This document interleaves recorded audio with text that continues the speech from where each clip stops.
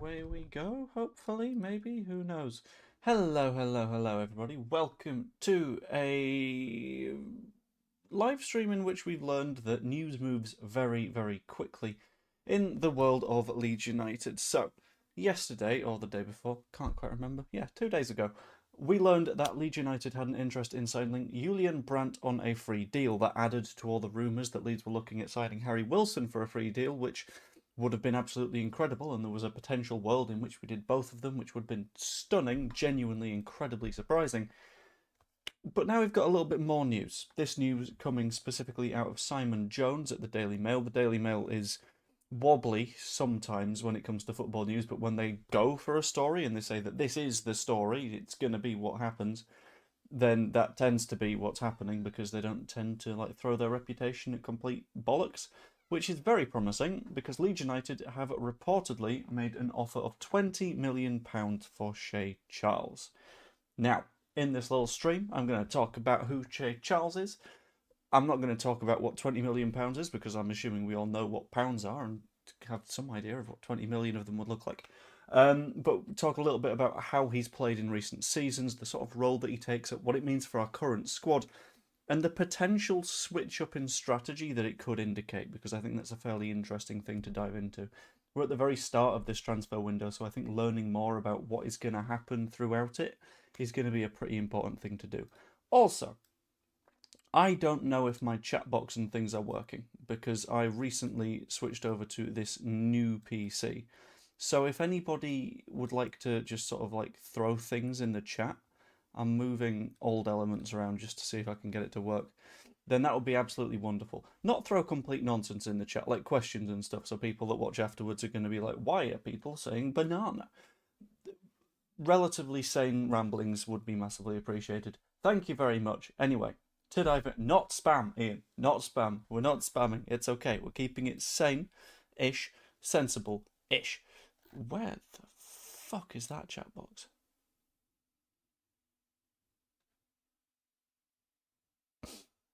Okay, that's good. Low sound. Oh dear. That might be on your end, because I've got it as loud as I can on my end without peaking the microphone. Sorry. So, Shea Charles signed initially from Southampton in 2023 for about 10 million quid. The specific number wasn't super revealed, but based on the amount of euros that Transfermarkt says it is, and the sort of money that Man City tends to sell its academy prospects for, can fully believe £10 million was the amount that he went for, because it says it was about 12 million euros. Since then, in the 24-25 season, he spent a season out on loan at Sheffield Wednesday. In 23-24, he was at Southampton. Sorry, I'm just keeping a little bit of an eye on the Spain match in the corner of my view. And then last season, he spent the season at Southampton, because you know what? You're going to, because he's very good. Rob Dar, I will absolutely get to that, because I've got some strong theories. If I can find this bloody chat box. There we go. It might be this one. Ho-ho. Remember, keep sending things, because eventually I'm going to get this thing to work. He's done it! Oh, it's a masterpiece. There we go. There's the chat box. Hold on, I'm going to also do that, so I'm more towards this side. So it's chat over here. It's me over here. Yes, I'm going to get good at this streaming thing again. I am. I promise I will get there. But the guy is only 22 years of age. He is over 6 foot tall, so he takes off at least one of the major Leeds United want this kind of things that we've been having in recent, I don't know, seasons. Mainly last season, but let's be honest, for the seasons before that, we weren't exactly looking at small boys. So, phrasing. We weren't looking at short footballers. So he kind of suits that. In terms of the amount of football that he's been playing, in 23-24, immediately after signing for Southampton, he managed to get himself 35 appearances for them. They weren't all full starts. His average time per fixture was something like 50 minutes, so a few of them were being subbed on, a few of them were just playing the entire match. Season before last, when he was at Sheffield Wednesday, he managed to get himself 43 appearances, which is pretty damn impressive for a player that was 20 going on to be 21 throughout that season. And then last season he managed 38 appearances for Southampton, got himself 6 goals, got himself 2 assists, and mainly the reason that he didn't get more appearances than that, because he was a complete core part of that side last season, was because he spent a brief period before Christmas injured, took him out for a couple of months, I feel like if it weren't for that, he would have a frankly obscene number of like matches played for a 22-year-old. He already does. Like, doing a little bit of quick maths, and I'm ignoring any football that he might have played at Man City because, let's be honest, youth minutes at Man City don't necessarily count. 73 had 43, 116 senior appearances, which is insane for a 22-year-old. It is a lot of football. It's a hell of a lot of experience. Admittedly, Nonto, similar-ish sort of age. He might be 24 now-ish, give or take. But also decent number of appearances. Basically, you might look at this and ask, why on earth would Southampton want to sell the guy? Is it because he's injury prone? Is it because he's not particularly good? Is it this? Is it that? Is it the other? And essentially, it's because Southampton are dealing with a problem that we have dealt with as Leeds United fans in recent years. They got to the playoffs, they got to the playoff final, they lost 1-0, and they didn't get promoted. Was it 1-0? I think it was 1-0. It might have been. Yeah, it was 1-0. It was a late goal by McBurney, I think. And what happens after that is the Premier League vultures tend to come to your door. In the case of Leeds United, said Premier League vultures managed to grab Crescencio Somerville, who is now looking very good at the World Cup. Managed to grab Jorginho Ruter, who is one of my favourite personalities on a football pitch.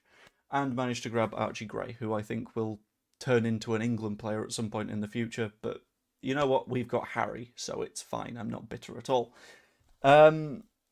Southampton need to make a lot of sales. A significant number of the rumours in their fan base are saying that they need to make about £70 million in sales just to sort of stay afloat, which, if you're in Southampton's shoes, has to be genuinely terrifying. Like, having that black hole in your finances isn't something that you necessarily want to be dealing with, and the only way that you can deal with it is by selling off the family jewels, in this case, Shea Charles, which means that Leeds United are having a look, and Leeds United are potentially going, look, this guy, very, very, very good footballer, let's grab him. In terms of what position that he plays in, he tends to be a central midfielder. I've seen someone say that he's played at right back 1 or 2 times, but it's pretty damn rare looking at his heat map. But in terms of where he plays in the midfield, he tends to sit a little bit on the deeper side. He's not a number 10 in the way that we're looking at Wilson, in the way that we're looking at Brandt. He is someone that will... Sorry, that was a weird hiccup. Someone that will progress you up the pitch a little bit, rather than being the guy that will just sort of stodge things up, will kick someone, will win the ball back. He's not... Well, he will do that bit, but he's not your sort of chance creator, if that makes sense. Sorry, it's been a hell of a day. Last night I was working until like 4 in the morning, and then I woke up for a christening at 10:30 this morning, which meant that I had about 3 hours of sleep. So my apologies if this is getting a little bit rambly. I'm not meaning for it to. But when it comes to what this means for the remainder of the squad, which I think is fairly interesting, it's one that we might want to keep a little bit of an eye on. For me, it indicates that there is a potential exit in that midfield area. Some people have mentioned that that might be our Tanaka, but I've had a little bit of a look through an interview that Tanaka did for DAZN in Japan. Managed to get that transcribed into English, and I will be doing a video on that tomorrow morning because I think there's a couple of fairly interesting things that he mentions in it. But he doesn't exactly feel like a player that is going to give up his position in the Leeds United squad easy. He's not someone that is going to give up Premier League football just because towards the early stages of last season he wasn't getting in much. It feels a little bit like he's going to absolutely fight tooth and nail for that spot. So it doesn't feel like Tanaka. And it doesn't feel like Tanaka's the same sort of profile as Shea Charles anyway. So for me, it's potentially looking like maybe an Ilya Gruev, because whilst Ilya Gruev does get a hell of a lot of minutes in Daniel Farke's side, Shea Charles is an upgrade over him, without any particular question, in my opinion. Or at least he has the potential to be an upgrade. In addition to that, Shea Charles, homegrown player, which is absolutely massive. It's very, very beneficial for our squad building, which can be tricky when you're trying to work out the maths of, okay, so if we sign this player, then do we reach these registration rules? If we get rid of this player, then do we have problems with that registration rule? Shea Charles deals with a lot of those problems, because a lot of people, when they're looking at the sort of homegrown rules when it comes to players, immediately assume that it means they need to have developed at Leeds United. That's not the case. The reality of that situation is a homegrown player is just one that was trained at a club in England for 3, I think, consecutive seasons before the age of 21, which effectively you can nibble from any youth academy across England, across Wales, across, I think, Scotland. I think it's across the UK at the very least. It might just be England. But those homegrown rules are there to help English talent. It's not a case of you must have an academy. It's a case of as long as you got some English talent in there, that's fine. And Shea Charles ticks that particular box. The only reason that we would need talent from our specific club are if we hit the UEFA rules. And we did not hit the UEFA rules. Sorry, I'm just going to make that the right kind of size because I'm convinced I had it that big before. There we go. And then I'm going to move me to here. So it's like we got the chat over here. We got the me over here. If anyone wants to shout anything in the chat, by the way, that'd be massively appreciated. I'm happy to do various questions and bits because, as Mark has said, I've not really been caught live for a while because I've not really done live streams for a while. It's something that is relatively hard to squeeze in with small baby. I have been doing a little bit better with making sure I get videos out. Now I'm working on live streams, especially with it being the transfer window, so it's significantly better to sort of get things out there, like, quickly. Like, this news came out maybe less than an hour ago or so it's good to sort of, like, jump on it.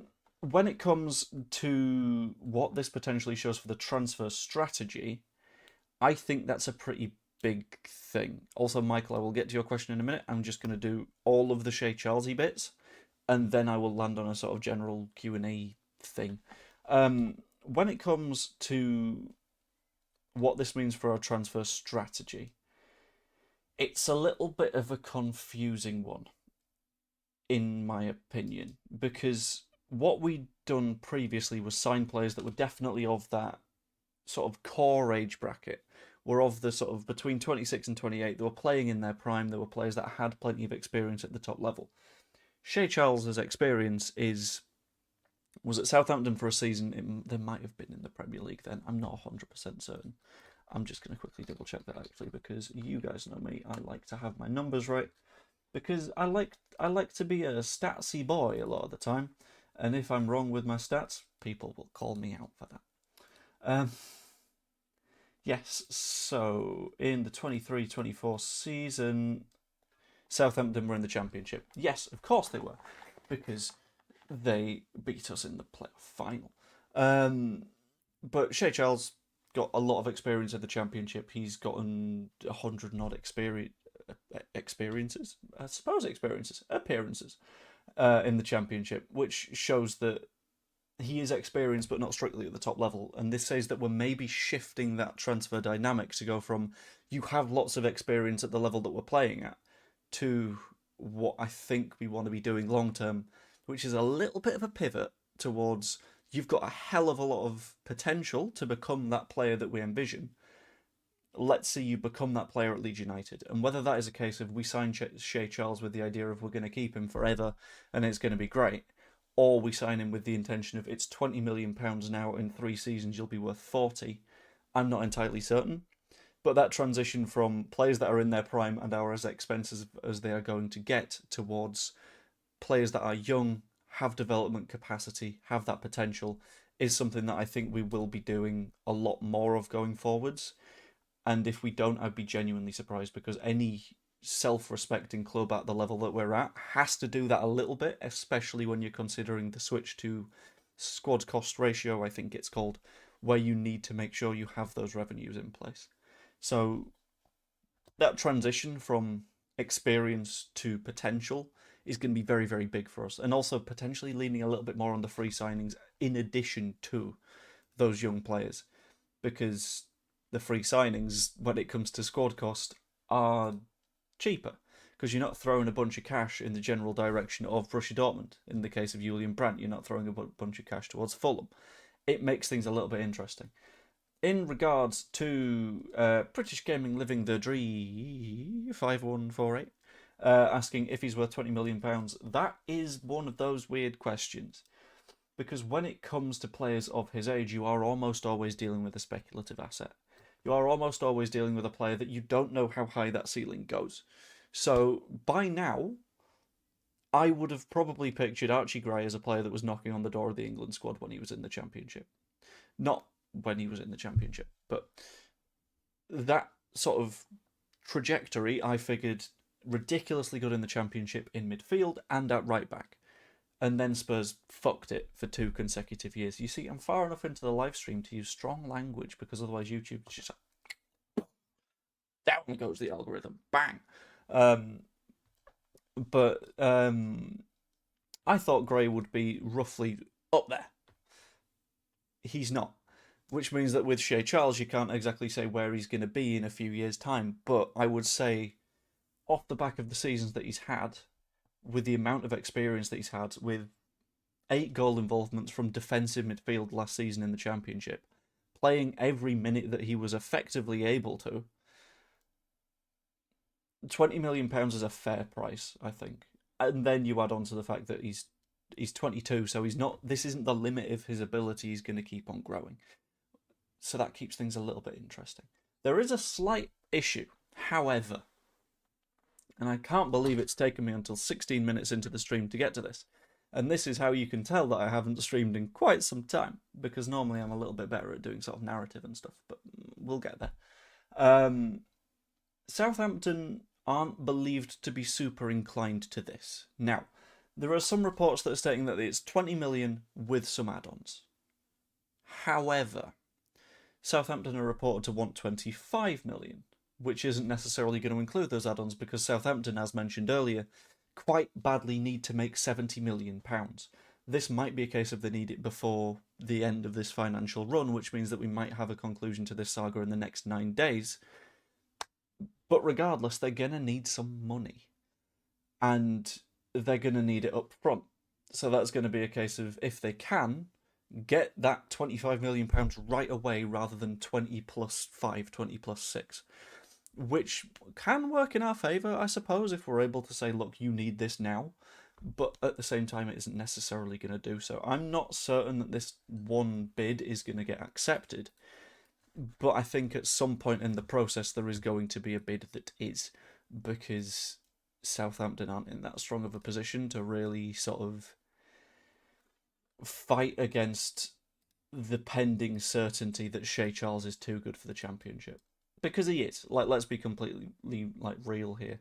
Shea Charles is a very, very, very good player who isn't going to find himself sticking around in the second division for too long.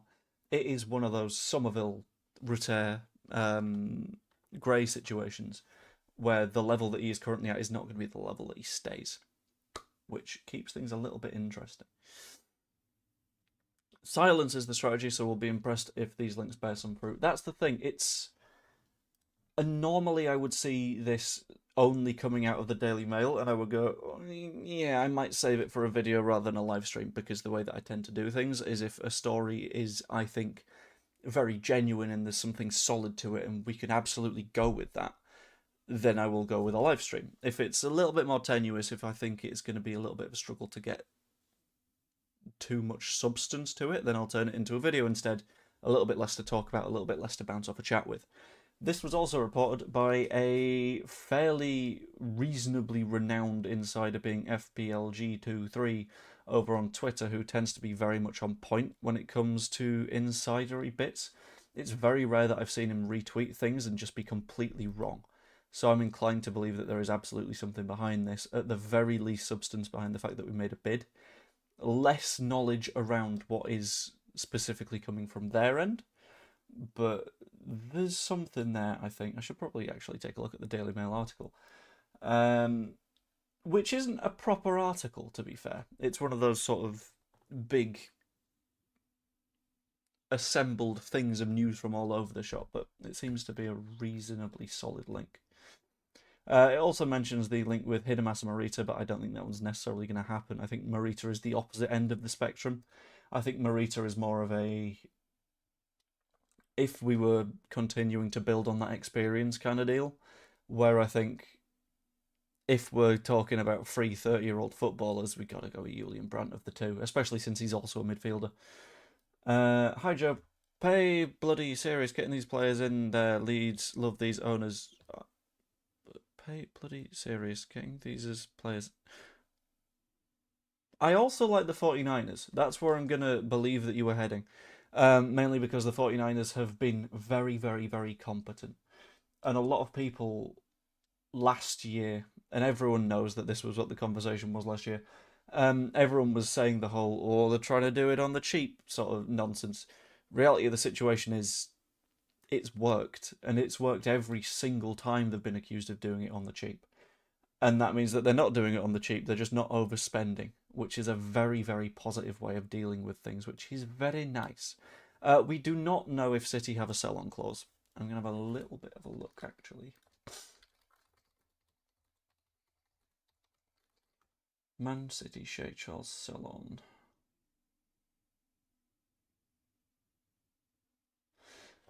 Okay, so according to Fabrizio Romano at the time, it includes a sell-on clause and a buyback. So there is a pretty solid chance that that sell-on clause is why they need 25 rather than 20. Because if it's a 20% sell-on clause, then they're only going to get 20 million quid out of it, which is not really what you want to be doing. Instead, you want to get as much cash through the door as possible. So, quite an interesting one. The fact that we made maybe a 20 million bid could indicate positivity in other positions, free transfers. It could, yeah. I think there's also the fact that this isn't a necessity of a transfer move. Like, no one was looking at this and saying we desperately, badly need another defensive midfielder. No one was doing that. So this says that we are actively looking to be proactive and improve in positions where we're already reasonably well covered, which is very nice. It's sort of, I think the way that it was phrased when I was having a chat with Joe recently was an increase on the floor of the squad. But not only an increase in the floor, an increase in the ceiling. So currently, in my opinion, the weaker players in the squad are maybe an Ilya Gruev, who you could do a little bit better than. So you just slightly do that one up, and the floor gets higher, and the floor gets higher, and the floor gets higher. And you can incrementally improve the positions in those spots in the squad where you're not quite at your best. So Piru, I would say, is another one. And it might seem harsh because he did get the Golden Boot, but then again, he got the Golden Boot on not many goals, and he didn't really have a solid position in the Premier League. Consider him a number 10 because that's roughly where he played when he was in the Premier League. He's the floor of our number 10s. Brandt, woof, massively increases that floor. Perhaps becomes a new ceiling. You look at the right wing. Currently, our main right wing option has been Brendan Aronson. I don't know if I'd call him a terrible option because he did pretty well throughout last season, as much as a lot of people don't necessarily believe it.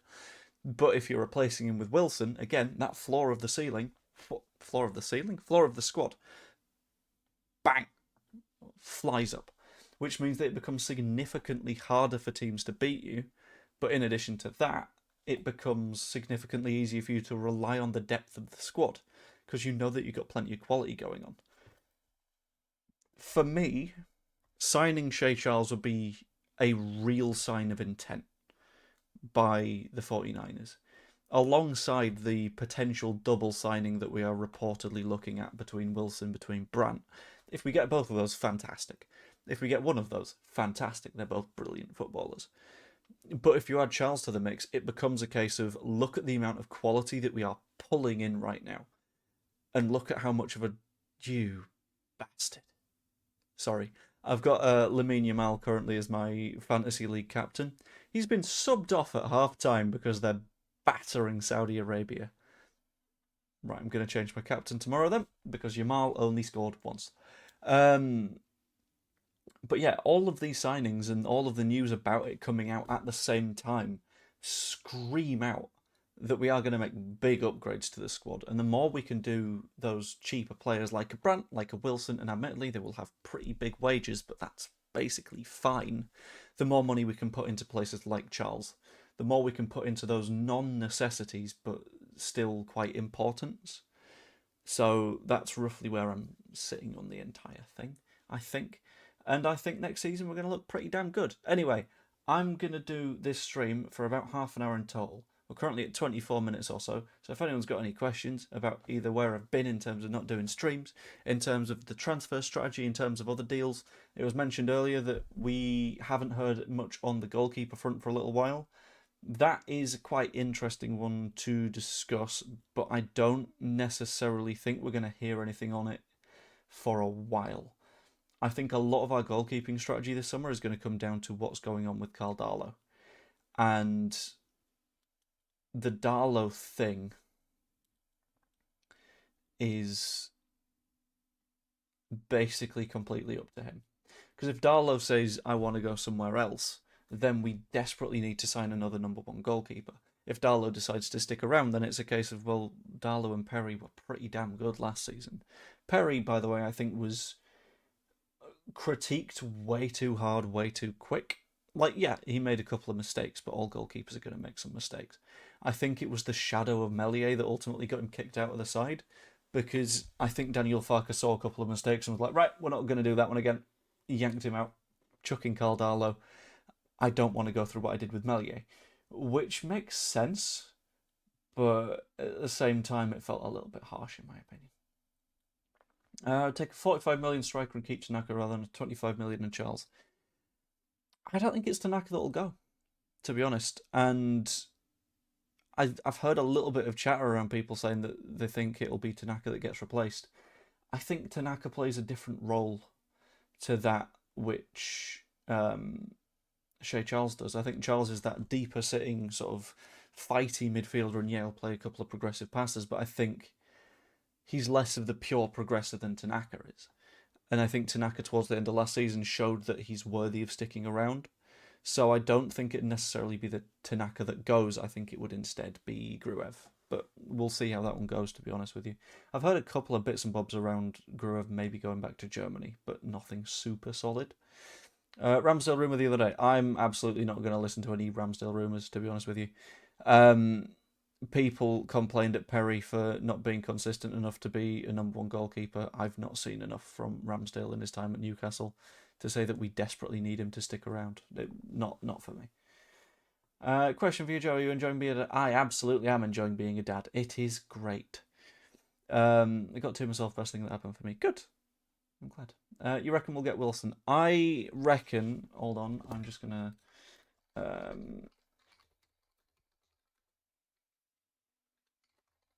quickly Google something. I reckon there's a pretty good reason that Leeds have been considered comfortable favourites for him for a while now.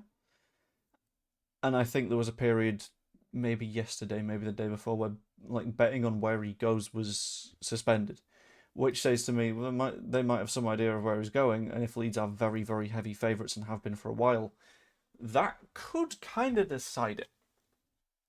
So I'm leaning towards it being more likely than not.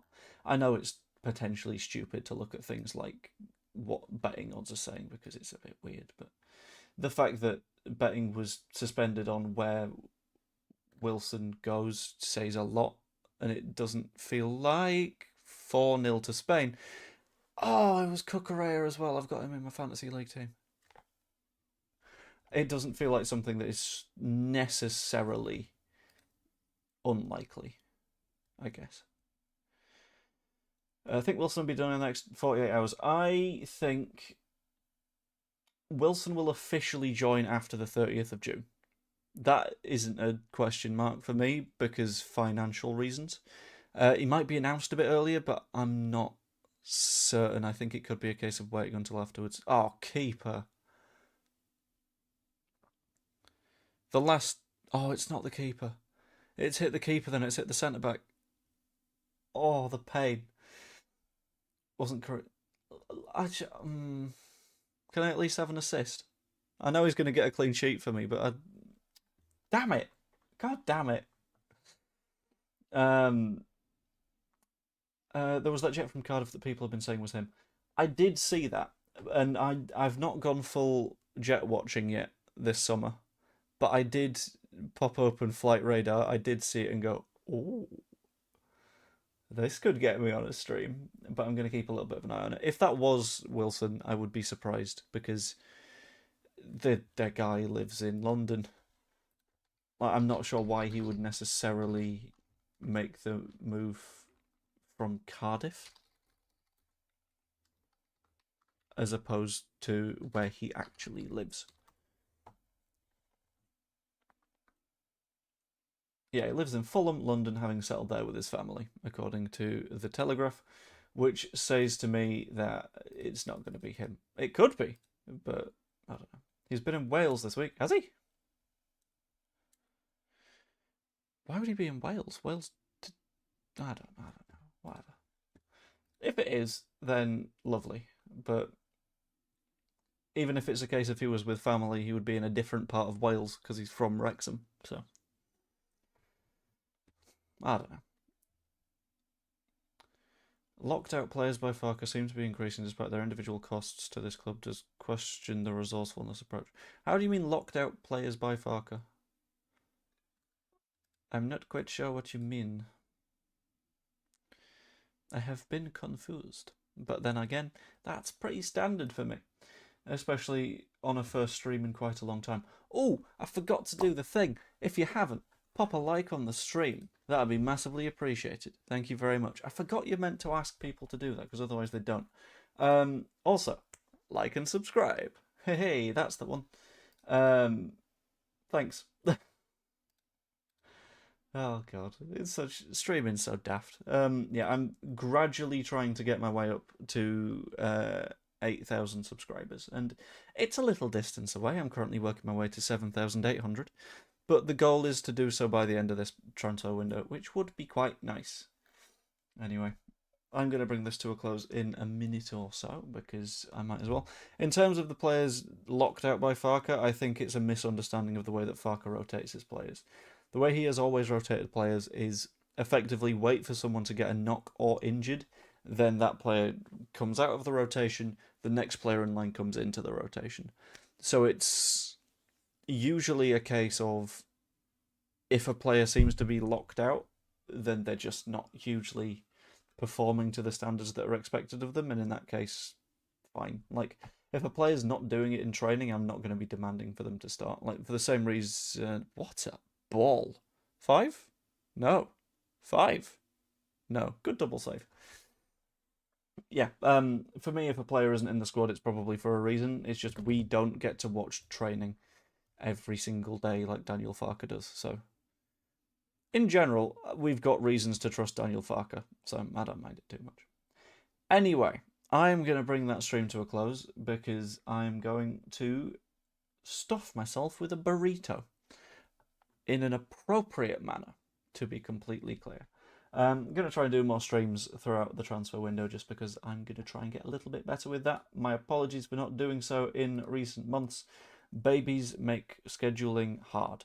So, ultimately, hope you enjoyed the stream. If you did and you haven't yet, pop a like on it. That'd be lovely. Subscribe if you've not as well. About 50% of the people that watch my channel aren't actually subscribed. So if the button down there says subscribe on it rather than subscribed or whatever it says when you're already subscribed to a person, could just boop that one.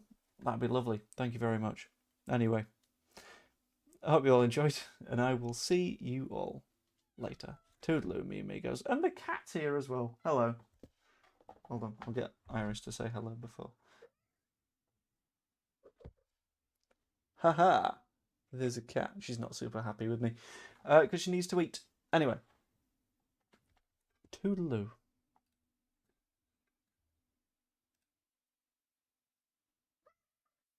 I don't know if you heard that meow, but it was really cute. See you later, everyone.